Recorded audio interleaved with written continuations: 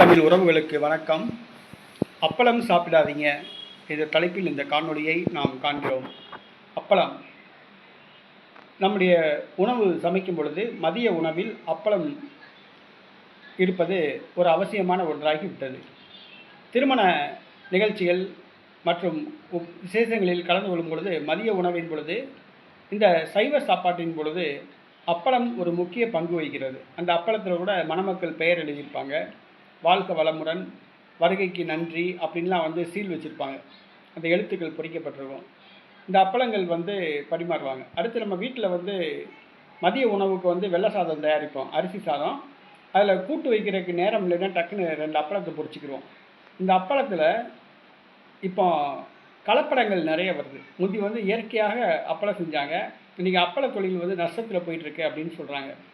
ஆனால் இன்றைக்கி அப்பளத்தில் கலப்படங்கள் கலந்தனால சில உயிருக்கு ஆபத்தான விளைவுகள் ஏற்படுறதுக்கு வாய்ப்பு இருக்குது. அதாவது இன்றைக்கி அப்பளம் சில அப்பளம் பார்த்தோம்னா எண்ணெயில் போட்டோம்னா நல்லா பொரியும், படப்படப்படன்னு பொரிஞ்சு நல்லா புஷ்ஷுன்னு வரும். சில அப்பளம் பார்த்திங்கன்னா அப்படியே போட்ட மாதிரியே தான் இருக்கும். மக்கள் நல்லா புஷ்ஷுன்னு அப்படி வரும் பார்த்திங்களா, அந்த அப்பளம் தான் வாங்கி சாப்பிட்றாங்க. இந்த போட்ட மாதிரி இருக்கிற அது சப்புன்னு இருக்க அந்த அப்பளத்தை வாங்கி சாப்பிட மாட்டாங்க.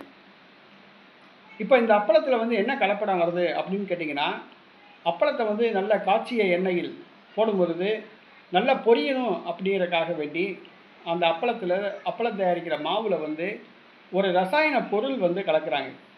ஆக இந்த ரசாயன பொருள் கலக்கப்பட்ட இந்த அப்பளத்தை சாப்பிட்டோம்னா, தொடர்ச்சியாக நாம் சாப்பிட்டோம்னா சிறுநீரகம் செயலிழக்கக்கூடிய ஒரு சூழ்நிலை ஏற்பட்டிருக்கு அப்படின்னு சொல்லி அப்பள தொழிலில் இருக்க என் நண்பர் ஒருத்தர் சொல்கிறாப்புல. அதனால் இந்த அப்பளத்தை போதுமான அளவு தவிர்ப்பது நல்லது. பொதுமக்கள் நலனுக்காக வேண்டி சொல்கிறோம்.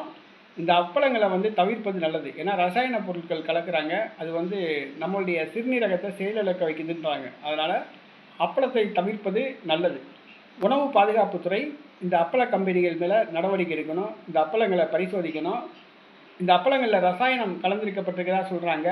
அதை உண்மையை கண்டுபிடிச்சி அந்த ரசாயனம் கலந்த அப்பளங்களை விற்கும் தயார் செய்கிற அந்த கம்பெனிகள் மீது நடவடிக்கை எடுக்க வேண்டும் என்று கேட்டுக்கொள்கிறோம்.